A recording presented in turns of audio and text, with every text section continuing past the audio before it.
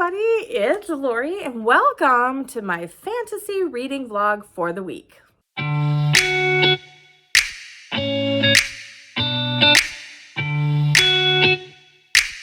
So this week I thought it would be fun to pick up a few books, 2 new series I have chosen and 1 continuation of a fantasy series. I am really trying to continue to find my way through the fantasy genre. It's relatively new for me in terms of reading books. I don't know why I had really never thought about it in the past, but I definitely see a lot of influencers talking about different series, and I want to see which ones are my favorite as well. So I thought I would continue my beloved Chronicles of St. Mary series this week and pick up 2 brand new series to me. One is an author that I've already read by, and one is a new to me author. So I thought I would go on this journey with all of you, share my thoughts in case you haven't tried any of these series or maybe one of the series, or you're looking to jump into fantasy just like I am and aren't sure where to start. There are a lot of books in some of these series and they are mega tomes. Some of them are really long, involved, which I think is great, but I wasn't sure that I wanted to start there. So I wanted to start with something that was a little bit easier to maybe dive into and work my way up to some of these series. So I've chosen, like I said, 3 different books this week, and I'll be reading through them and giving you my thoughts. The first book I have not received yet from my library. I did put it on hold. I will be picking it up later today. I'll put it up here. Is the next book in the Chronicles of St. Mary series. I'm really excited to dive into this. I think it's the 4th book in the series. I'm forgetting what the name is. Of course, it's up here on your screen. Can't wait to catch up with the characters, Max and Farrell. I'm hoping that their relationship is kind of smoothing out a little bit as they navigate the bumps, ups and downs of their relationship. Hopefully they continue to learn how to communicate, share things with one another, and grow together. That is my main quibble with that series. Otherwise, I absolutely love it. You guys know I gave the first book in the series a 5-star. And so I'm hoping that we see a little bit of improvement on the relationship because there are quite a few books left. I love all of the, don't tell them I said this, time travel. It's amazing. I'm looking forward to seeing where they go next. So I will be picking that one up this week. I also will be reading A Darker Shade of Magic by V.E. Schwab. I picked this up on a haul this year and really wanted to dive into this world. Very, very excited. I know it's part of a series. I'm not sure how many. Is it 3 or 4 in here? I have never read anything by this author and really want to read The Invisible Life of, is it Addie LaRue as well, but thought I would start with a series. Why the heck not? I love series. I know it's not for everybody, but I tend to love it because it's so immersive. You get to know the characters really, really well. The setting, the atmosphere, everything in this world. Really enjoy it. So I thought I would start with this one. I've heard great things about it. Can't wait to try this series and this author for the first time. As far as the continuation for an author, but a new series, I picked up The 6 of Crows by Leigh Bardugo. This is the first book in a duology. The second book is Crooked Kingdom. This is part of her Grishaverse. I probably should have started with Shadow and Bone. I don't know. You let me know in the comment section down below. I don't know if I did myself a huge disservice by starting with this one, but I'm going to go ahead and dive in any event. It is kind of a chunky, hefty book, but I'm excited. I love Leigh Bardugo. As you know, I've read Ninth House and Hellbent. Love those. Love her writing style. And I'm excited. I'm excited to know what all the hype is about, what is going on in this series. I know that there's a series on Netflix for Shadow and Bone, but I'm excited to get to know these characters a little bit and see what I think. I'm really, really hopeful. Fingers crossed that I love these books. I can't wait to dive in and give you my thoughts. So the first book that I'm going to be reading for the week is A Darker Shade of Magic. So we have Cal here. We have Kaz in 6 of Crows and Cal in this one, who is a magician who can move through worlds. I'm trying not to read too much about the book. I kind of want to just go into it, let it unfold in front of me, learn a little bit more, learn a whole lot more about this series and these characters. So that's my basic knowledge here. It sounds like he can jump through worlds where the places are very similar. So we have London and is it 4 different worlds? 4 different worlds? I'm not sure. Can't wait to dive into this. I know a lot of people absolutely love it. really, really high ratings on Goodreads. Just went on there, looked at the rating, put it on my want to read list, and that was it. I was like, I'm not reading anything else. I want to go into this pretty blind and let it all fold in front of me. So I will check back in with you as I read through the book. Doing a quick check-in of my first reading chunk that I finished last night. So I wanted to check in. I have read through the first 65 pages in A Darker Shade of Magic and wanted to do a quick check-in. I am really intrigued by this so far. We have Kel here, who is a traveler. It says on the back that he's a magician, but it's hard for me to marry that up to what I think of magicians typically doing. He is a traveler through different worlds and able to do so with the power in his blood. Very interesting. He has to cut himself and use his blood to create, I guess, the portal or a doorway, as he calls it, in order to travel between the different worlds. He's kind of an ambassador of sorts between all of them in London. They are all very different worlds. And it seems like he's trying to balance the political, I don't know if I would use happiness between the four worlds. Again, I'm only 65 pages in, but that is what I'm gathering so far. I could be totally wrong. I do know that he likes to collect things, and he's not supposed to. He's not supposed to bring things back with him. Does anyway. I will say I love the coat. I was picturing in my mind Doctor Strange, who has that cape-like coat thing where he twirls it around himself. But Kel changes his coat based on how he twirls it, how many times, that type of thing, and changes the color and the appearance of it. Thought that was really awesome. I was picturing that in my mind. Loved that part. That was right at the very beginning and loved it.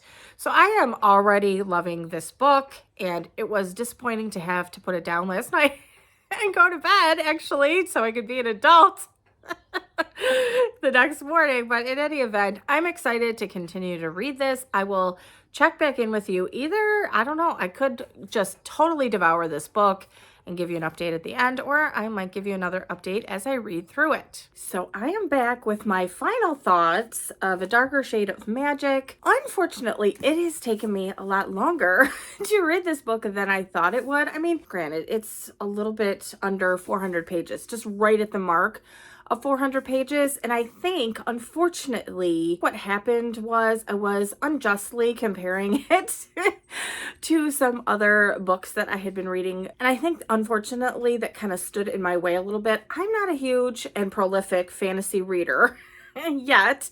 I have been liking it, but that is not usually my go-to genre. So I wasn't finding myself, I guess, as compelled to pick this up. But interestingly enough, every time I did, I absolutely loved it and flew right through it. So I ended up last night, I thought, you know what, I'm just going to, I had some time, uninterrupted time. I thought, I'm just going to go ahead and read this, and actually did finish it. And I'm going to rate this a 4. I don't really know why it took me so long to get through this. I really did enjoy it. I like the two main characters here. Is it Lila? Is that how you say it? Lila and Kel. I really enjoyed both of them, and hearing about the different Londons. You have the 4 different Londons. Kel's London is the red London, and Lila's is gray. It was very interesting. The relationship between the two of them was intriguing. I wanted to see what would happen, how they would figure everything out and become able to work together, because of course it didn't start off on the right foot. Of course, I really enjoyed this, and I definitely will be picking up the second book in this series. I believe that there's, at least from the back of this, looks to be 3. Really did enjoy the writing style here. I just think that I had read a couple of fantasy novels prior to this and was unjustly comparing those to this. I think I'm going to give this series a little bit of a break, finish up the other series first, and come back. I think for me, I think the best thing for me to do would be to stick to 1 or 2 fantasy series at a time, at least for right now, as I get used to the genre a little bit more, as there tends to be a lot more going on with the worlds versus like a cozy mystery series where you don't have to learn all about a complete different set of rules, different places, different times in history, so to speak, and magic systems and words and all kinds of things like that. I think that I'm getting it confused in my old brain here, and I think it would make sense for me to stick to a couple of series and then move back on to this one. Definitely will be picking it up. I did enjoy it. If you haven't picked this one up yet, I definitely recommend it. I think if you like the Shadow and Bone series or anything by Leigh Bardugo, you will enjoy this. As did I. A definite solid 4. So as promised, I do have the book in my hands. This is A Trail Through Time, Jodi Taylor, which is a Chronicle of St. Mary book. I had it on a TBR upcoming, but it was in a couple of months from now, and I had it in my hands. I had ordered it from the library. It really kind of felt like picking this one up. You guys know, if you've watched this vlog in the past, I have enjoyed the first 3 books of the series. Unfortunately, though, I will say that the 2 main characters have a relationship where they just don't communicate well. So it's a lot of miscommunication trope situations going on here. I have the everlasting hope that they will figure it out at some point. Between the 2 of them, they will grow and develop in their relationship with one another, because I absolutely really do love this series, and I love the traveling that happens here. So I'm excited for this one. Back to A Trail Through Time, we have Max and Leon, or Farrell as I call him, who are finally reunited and looking forward to a quiet, peaceful life together. Like, seriously, sure. That's not going to happen at all. And of course, they make it, it says, right till lunchtime? It's not even lunchtime, is it? I think they barely sit down for some tea. And oh no, they're on the run again. I'm looking forward to a very exciting time with some of my favorite characters, so I will check in with you as I read through this book. I am happy to report that I finished A Trail Through Time, one of the Chronicles of St. Mary's. I love these, as you guys know. This is just a fantastic series, so much fun, lots of hijinks, great characters. This is just such a warm, comforting, cozy type of series. Definitely fantasy. There's a lot of things happening. Don't call them time travelers, because they do not want to be called that, but that's technically what they do. They hurtle themselves through time and space, basically time traveling. They're supposed to go and observe, but as you know, if you've read this series, anything that can happen actually does, and they get into all kinds of hijinks and preposterous and disastrous situations. I absolutely love it. I'm happy to report that the relationship with Farrell and Maxwell is kind of evened out. I feel like they're communicating more. It seems to be working itself out a little bit, so I loved this one. I'm gonna give it a 4.5 star. It wasn't as good as the first book. I think that's why. I just loved that one so much. I think it was because it was so different. I would have liked for them to, I want them to go to places that I would want to go, which I need to think about where those would be actually. But some of the places that they go to, I'm like, why are you putting yourself through that? I don't know why it sounds interesting to a historian, but to me, I'm like, no, nope, not putting myself through it. But anyway, 4.5 stars, love it. I will be picking up the next book. I have it slated for an upcoming TBR. It's a couple months in the future, so we'll see if it doesn't sneak in there somewhere else. It works perfect for this other TBR that I have planned. But in any event, I loved it. Easy 4.5 stars. The next book that I will be reading for the week, I decided to tackle the hefty, chunky book next, is 6 of Crows by Leigh Bardugo. I have already started to dive into it. I'm 54 pages in, so not that far. We have over, 400 pages, close to 400 pages here. But I'm excited. I'm really enjoying it so far. So this is part of the whole Grishaverse. I'm probably the only person in the history of the world, again, trying to catch up on some of the super popular books that have come out that I have missed as I was taking a little bit of a break from reading, but I am definitely back with a vengeance, and I am really enjoying this so far. Mainly what has happened here is we have been introduced to Kaz. He's just been given a business proposition that I don't think he's going to be able to turn down. I'm guessing that is the quest of this book. So I'm interested to see how that all plays out. Just kind of being unfolded to him at this moment. So I don't know that much about it, but he intrigues me. And like I said earlier, I watched a couple of episodes of Shadow and Bone. Pretty sure I know who he is, so I have that picture in my mind. I should at least go back and watch a few minutes of the first episode and see if I'm right on some of the characters. I swear he was in there, unless I'm thinking of somebody totally different. In any event, I'm super excited to continue reading this one, completely getting lost in this universe. So I will check back in with you very soon. Good morning. Doing a quick check-in of 6 of Crows. I haven't really finished much more of the book, but I am on page 124, and I thought I would do a quick check-in this morning. I did go back and watch the first episode of Shadow and Bone on Netflix, and I was correct who I thought Kaz was. So it was exciting to see him on screen and put a picture, in my mind for the book. And then we had Inej and is it Jesper, I believe, as well. So that was exciting. And I already feel like I understand more of what's going on. I mean, could be because I've watched this now. It's the second time I'm watching the episode.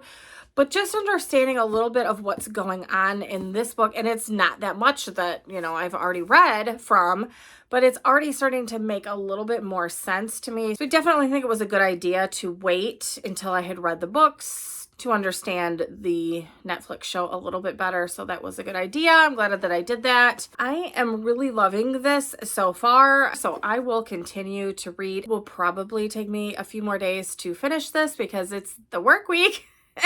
And I'm reading this after work, so I will check in as I continue to read more of this book. Well, I have finished Six of Crows from Leigh Bardugo, and I loved it. I was so excited to be reading this one in the Grishaverse. This is the first book in a duology. The second one is Crooked Kingdom. I will be picking that up. You'll see that in a haul very soon. I'm excited right away to dive back into that because at the end of this, that there's something else that's going to start happening. More hijinks for our intrepid group here. And I am so excited to see where the next heist takes them. But in any event, this first book, I would definitely say was easier to get into than I thought it would be. I thought it would be very complex. Now, some fantasy series, the books are chunky, hefty, like 800 pages. They're hard to get into. It's a whole world building exercise, which is great if you want to immerse yourself into a book and just, fall headfirst into a universe, get to know all the characters, get to know the worlds, and really have an immersive reading experience. But for me, I wanted to dip my toe into fantasy a little bit. I'm still kind of navigating the fantasy genre. I haven't really read as much of that in the past. I've really kind of stuck a lot to historical fiction, mysteries, of course, thrillers, that type of thing, and not, a little bit of horror, but not really fantasy at all. So I am still a fantasy newbie and thought this would be a really great start to my fantasy journey, and it really was. I mean, yes, it looks like a chunky book, but it really goes fast. The reading is very easy. The world building really makes sense, and it kind of just unfolds kind of like a flower opening as you read through the book. So I was really excited to be able to dive into this universe. I knew that Leigh Bardugo would do a great job based on my experience with Ninth House and Hellbent. Love those two books. Those are on my potential for favorite books of the year, as you all know. So I really thought this would be a great opportunity for me to really kind of dive into the fantasy universe, a larger series as a whole in the Grishaverse, and start with this. So I was really happy that I did.